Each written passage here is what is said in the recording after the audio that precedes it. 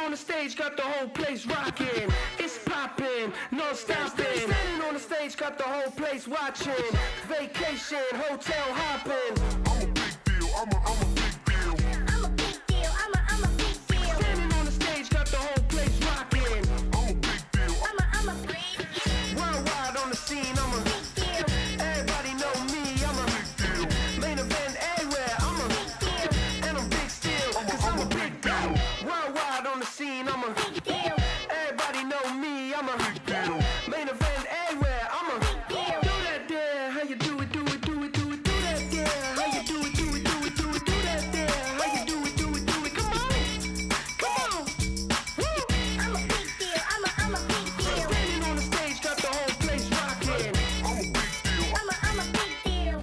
Welcome to We Make Things. I'm here with my friend Ronnie Allman, who is a filmmaker and content creator. We had a chance to look at one of your spots you did for Adobe, and it's great, colorful and beautiful and fun. Tell us about that spot.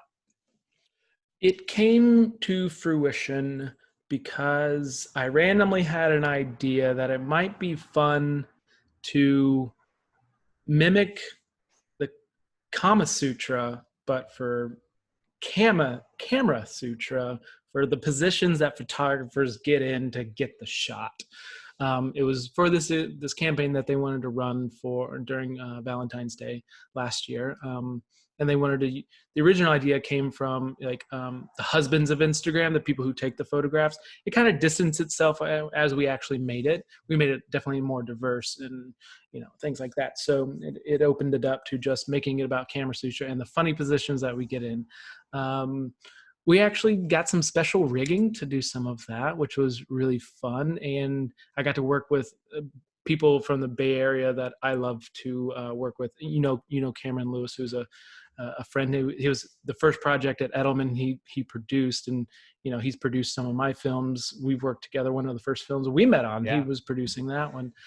So it was kind of interesting to work on that level with him and those crews. You know, we worked with Matt Stoops, who's an amazing gaffer in the city, and we shot at Shotwell Studios. You know, where, you know, I've shot a couple films and commercials as well. So it was a really fun Bay Area production and getting the whole crew together and just having a good time.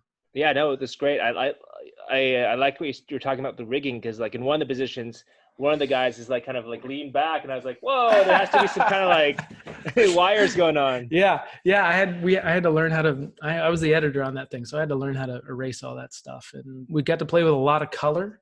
We got to play with a lot of wardrobe. You know, the budget actually wasn't that high on that, but the way we stretched it, and again, like I'm in this cool role where I get to save money without having to hire a director from production company. Sure. I can just become the director.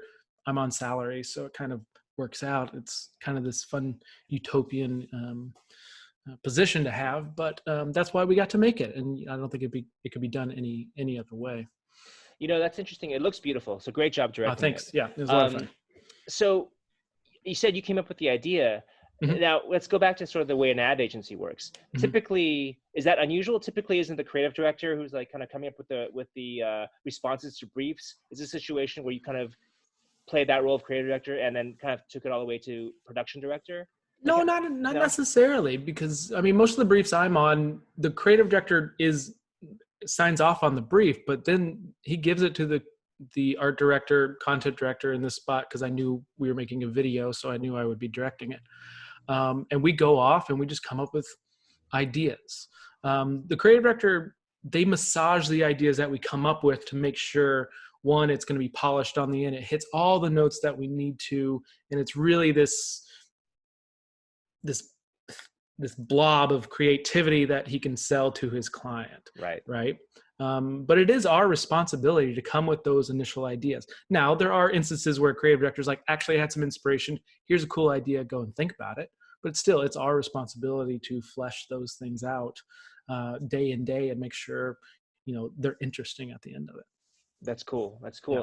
Just so for the information for the marketing people who are listening. Mm-hmm. So what was Adobe's business goal with that campaign or that ad? Were they trying to reach out to people who are makers? Like so just so we can understand sort of on a high level what the goal was. What was the business goal for that campaign? It was specifically for Lightroom. So Adobe's the client, but Lightroom is specifically the app or the software that they want to use. And it was an appreciation campaign for the photographers. That's kind of where the brief came from. They're like, we want to do something nice for Valentine's Day to show our appreciation for the people out there who are taking photographs.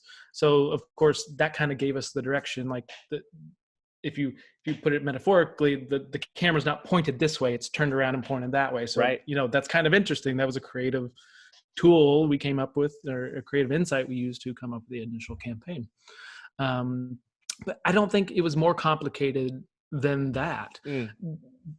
Like we have these things called KPIs, right? So the things that we want to hit for the campaigns. This one was get views, get people, have good brand affiliation with it, and make them feel good. It wasn't to sign up for more Lightroom to buy it.